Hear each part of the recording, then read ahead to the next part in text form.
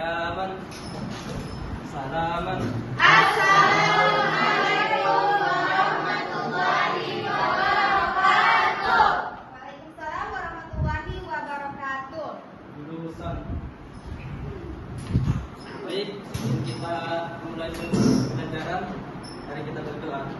Doa dimulai.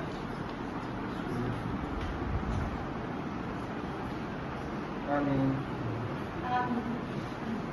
Baik, hari ini kita akan belajar materi mengenai hakikat penciptaan manusia. Nah, di sini ada 3 subbab yang akan kita jelaskan, yaitu Quran Surah Al-Mu'minun ayat 12-14, Quran Surah An-Nahl ayat 78, dan Quran Surah Al-Baqarah ayat 31-32. Nah, sebelum Ibu jelaskan, apakah ada yang tahu apa tujuan Allah menciptakan manusia? Saya, Bu. Ya, silakan Husnul. Jadi tujuan Allah menciptakan manusia itu yang pertama untuk beribadah kepada Allah, menjadi khalifah di bumi, mengetahui kekuasaan Allah, serta mengembangkan potensi dan mencapai kesempurnaan. Betul sekali yang dikatakan Husnul. Jadi ada beberapa tujuan Allah menciptakan manusia. Yang pertama untuk beribadah kepada Allah Subhanahu wa taala.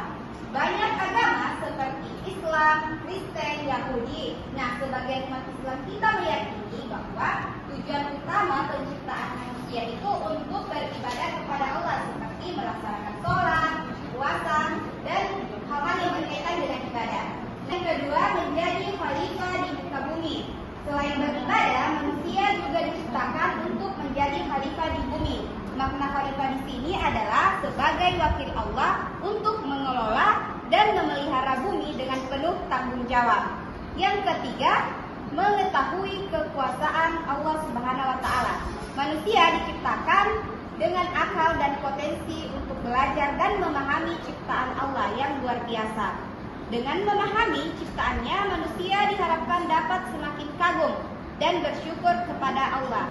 Selanjutnya yang keempat, mengembangkan potensi dan mencapai kesempurnaan. Allah menciptakan manusia dengan berbagai potensi dan kemampuan.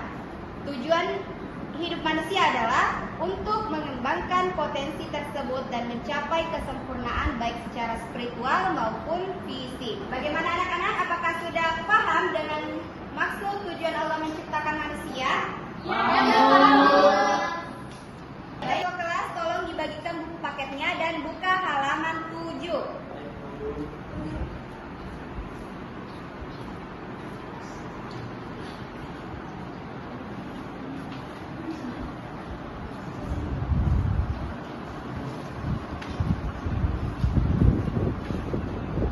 Oke, semua sudah dapat? Sudah. Oke, silakan. Ada yang bisa membacakan makna mufrad dan kosakata dari ayat tersebut? Saya, Bu. Ya, silakan, Sumba.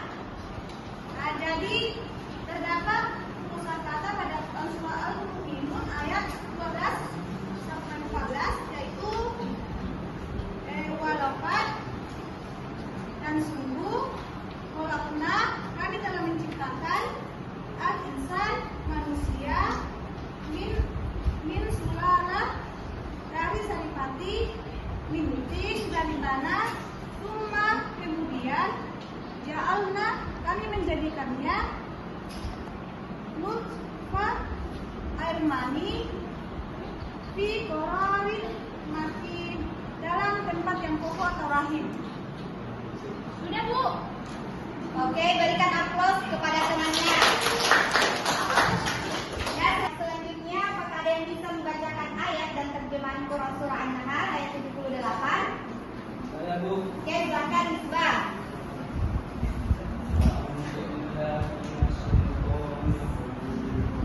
Bismillahirrahmanirrahim.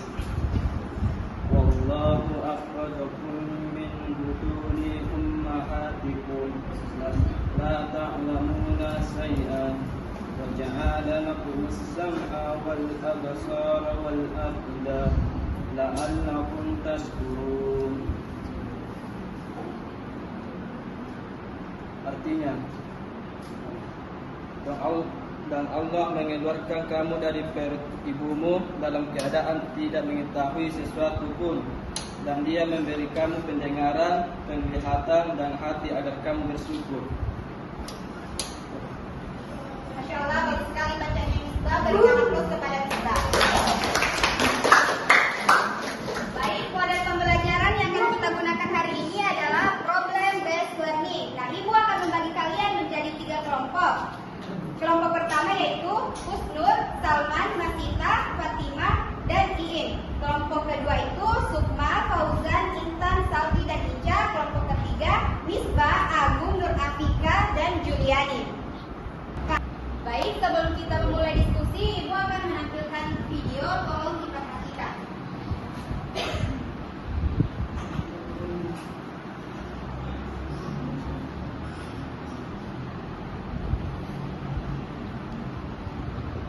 Hai teman-teman, ini adalah rumah sakit bersalin. Lihat, ada ibu yang sedang diperiksa kandungannya. Tahukah kamu apa yang sedang dilakukan dokter itu? Dokter sedang melakukan USG normal untuk melihat janin di dalam kandungan. Mau tahu tidak bagaimana proses tubuhnya dari dalam kandungan hingga proses melahirkan? Nah, kalian semua sudah melihat videonya. Nah, sekarang Ibu akan memberikan permasalahan pada setiap kelompok. Nah, setiap kalian harus mendiskusikan masalah tersebut, kemudian dipresentasikan.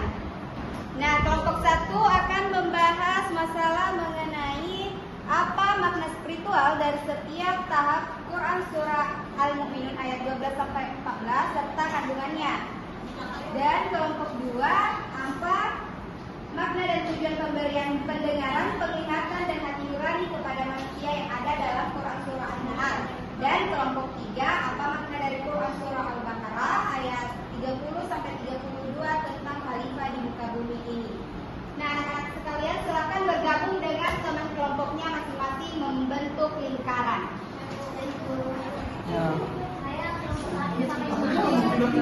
dengan teman kelompoknya masing-masing. Nah, silakan Ibu kasih waktu 15 menit untuk berdiskusi dengan teman kelompoknya dan nanti Ibu akan tunjuk satu orang untuk mempresentasikan hasil diskusinya. Oke, silakan.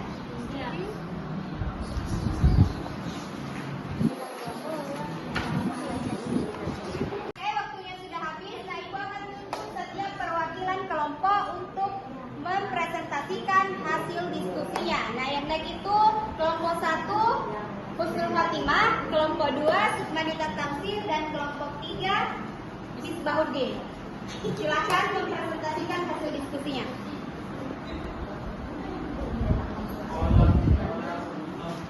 Ya, baik, adapun hasil diskusi dari kelompok 1 yaitu tentang makna spiritual dari tahap penciptaan manusia yang dijelaskan dalam surah Al-Mu'minun ayat 12-14. Ada beberapa tahap.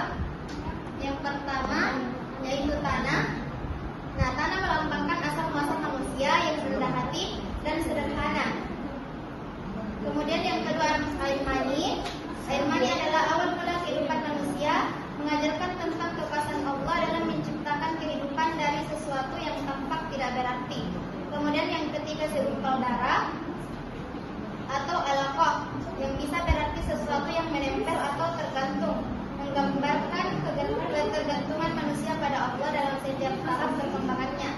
Yang keempat segumpal daging atau biasa disebut mudghah, mengajarkan tentang fase pertumbuhan manusia yang mulai terlihat lebih jelas, menggambarkan kekuasaan Allah dalam menciptakan bentuk yang sempurna dari sesuatu yang sederhana.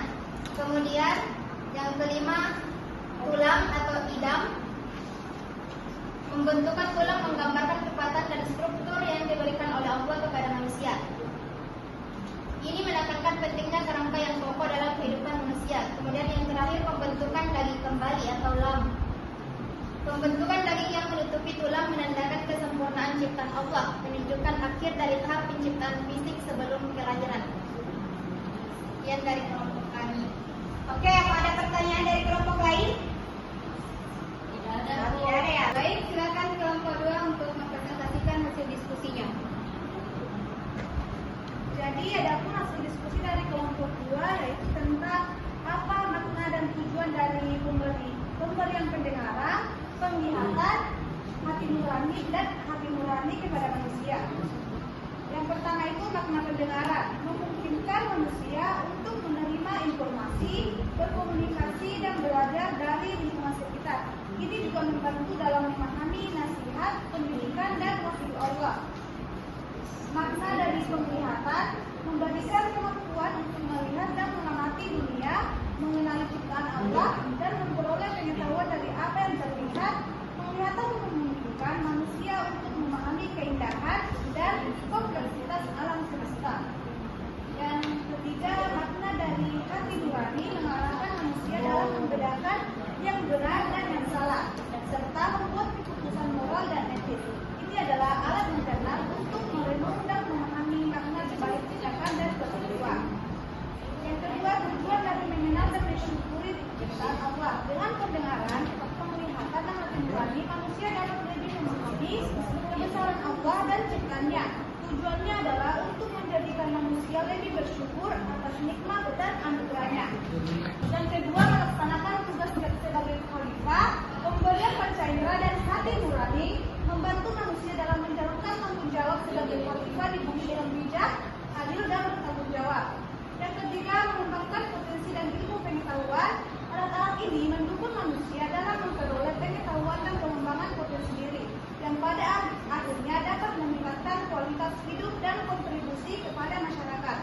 Yang pada akhirnya dapat meningkatkan kualitas hidup dan kontribusi kepada masyarakat. Dengan penggunaan pendengaran, penglihatan, dan hati nurani dengan baik, manusia diharapkan dapat hidup secara lebih berarti, bijaksana, dan bersyukur atas semua nikmat yang diberikan Allah Subhanahu wa Ta'ala. Terima kasih. Oke, sampai di sini apa ada yang ingin ditanyakan? Tidak ada, Bu. Oke, lanjut ke kelompok 3. Silakan. Semangat temanku. Jalan tetap dulu. Saya Baik.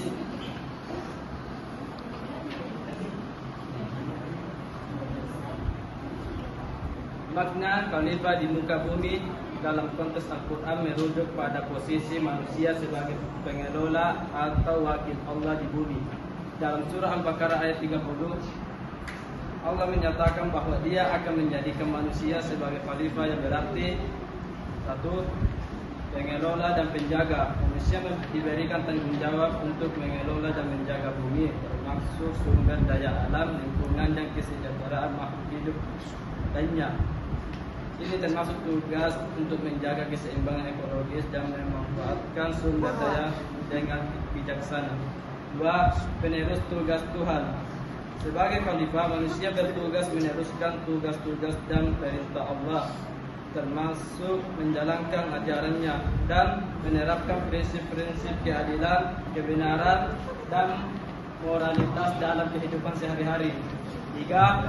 Tanggung jawab moral dan etika. Posisi ini menuntut manusia untuk bertindak dengan integritas, keadilan, dan kepedulian terhadap sesama makhluk.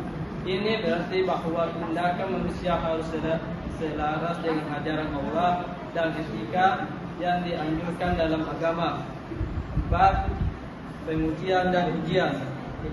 Sebagai khalifah, manusia juga dihadapkan pada ujian dan tantangan untuk membuktikan kemampuannya dalam menjalankan tanggung jawab ini dengan benar. Ini termasuk menghadapi godaan, mengatasi kesulitan, dan membuat keputusan yang sesuai dengan nilai-nilai agama. Secara keseluruhan, konsep khalifah mencerminkan peran penting manusia dalam menciptakan keseimbangan dan harmoni di bumi sambil mengikuti petunjuk dan aturan yang telah ditetapkan oleh Allah. Oke, bagaimana kelompok lain? Apakah ada pertanyaan untuk kelompok 3? Saya gugur. Oke, silakan. Olga. Berdiri, Bu. Ya, bisa. Sudah. Baik, saya ingin bertanya kepada kelompok yang tadi menjelaskan kepada kelompoknya Misbah ya dulu. Iya. Saya ingin bertanya, apakah kita termasuk khalifah yang dimaksud dalam Quran surah Al-Baqarah? Kalau memang jelaskan atau tidak? Silakan. Oke, silakan kelompok 3 untuk menjawab pertanyaan dari temannya Fauzan. Ya, baik. Kami dari kelompok 3 akan menjawab pertanyaan dari salah Fauzan. Ya, bahwa kita manusia termasuk dalam khalifah yang dijelaskan dalam Quran surah Al-Baqarah ayat 30 yang berbunyi A'udzu billahi minasy syaithanir rajim. Bismillahirrahmanirrahim. Wa idz qala rabbuka lil malaikati inni ja'ilun fil ardi khalifah qalu ataj'alu fiha man yufsidu fiha wa yasfiku ad-dima' wa nahnu nusabbihu bihamdika wa nuqaddisu lak qala inni a'lamu ma la ta'lamun, yang artinya ingatlah ketika Tuhanmu beriman kepada para malaikat, sesungguhnya aku hendak menjadikan seorang khalifah di muka bumi. Mereka berkata, mengapa engkau hendak menjadikan khalifah di bumi itu? Orang yang akan membuat kerusakan padanya dan menumpahkan darah. Padahal kami senantiasa bertasbih dengan memuji engkau dan mensucikan engkau. Tuhan berfirman, sesungguhnya aku mengetahui apa yang tidak kamu ketahui. Dalam konteks ayat di atas, bahwa khalifah berarti wakil atau pengganti Allah di bumi yang bertugas untuk memakmurkan dan mengelola bumi dengan baik sesuai dengan ketentuan dan petunjuknya. Manusia sebagai khalifah diberi tanggung jawab untuk menjaga dan memelihara alam serta menciptakan kesejahteraan di bumi. Tanggung jawab ini tidak hanya berlaku pada Nabi Adam alaihissalam sebagai manusia pertama, tetapi juga kepada seluruh umat manusia hingga hari kiamat. Itulah jawaban dari kelompok kami. Kami serahkan kepada Ibu. Oke, itulah tadi hasil presentasi dari masing-masing kelompok. Nah, coba anak-anakku sekalian kembali ke tempat duduknya masing-masing. Oke, Ibu.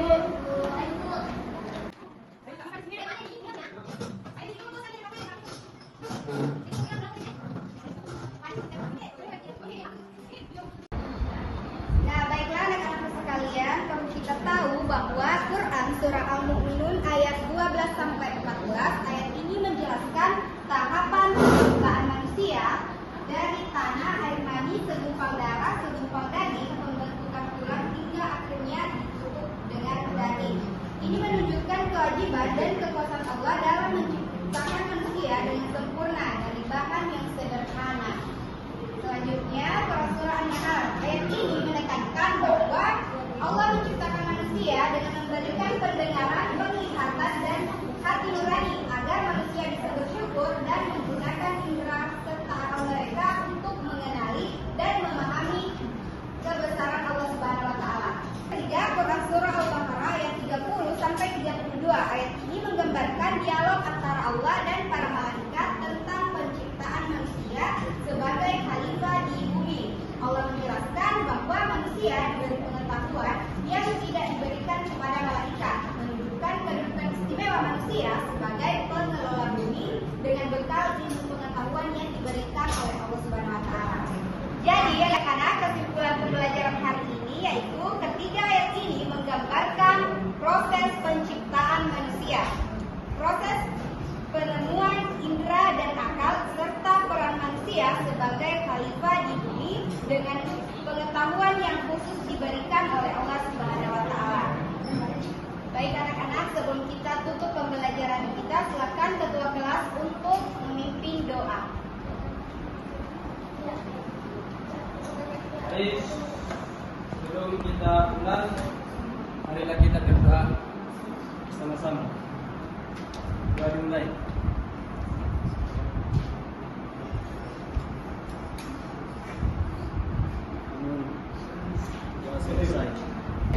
Baik, sebelum kita pulang, Ibu akan memberikan kalian tugas. Silakan lihat buku paketnya halaman 21. Silakan dikerjakan di rumah dan dikumpulkan di pertemuan selanjutnya. Sekian. Wassalamualaikum warahmatullahi wabarakatuh. Waalaikumsalam.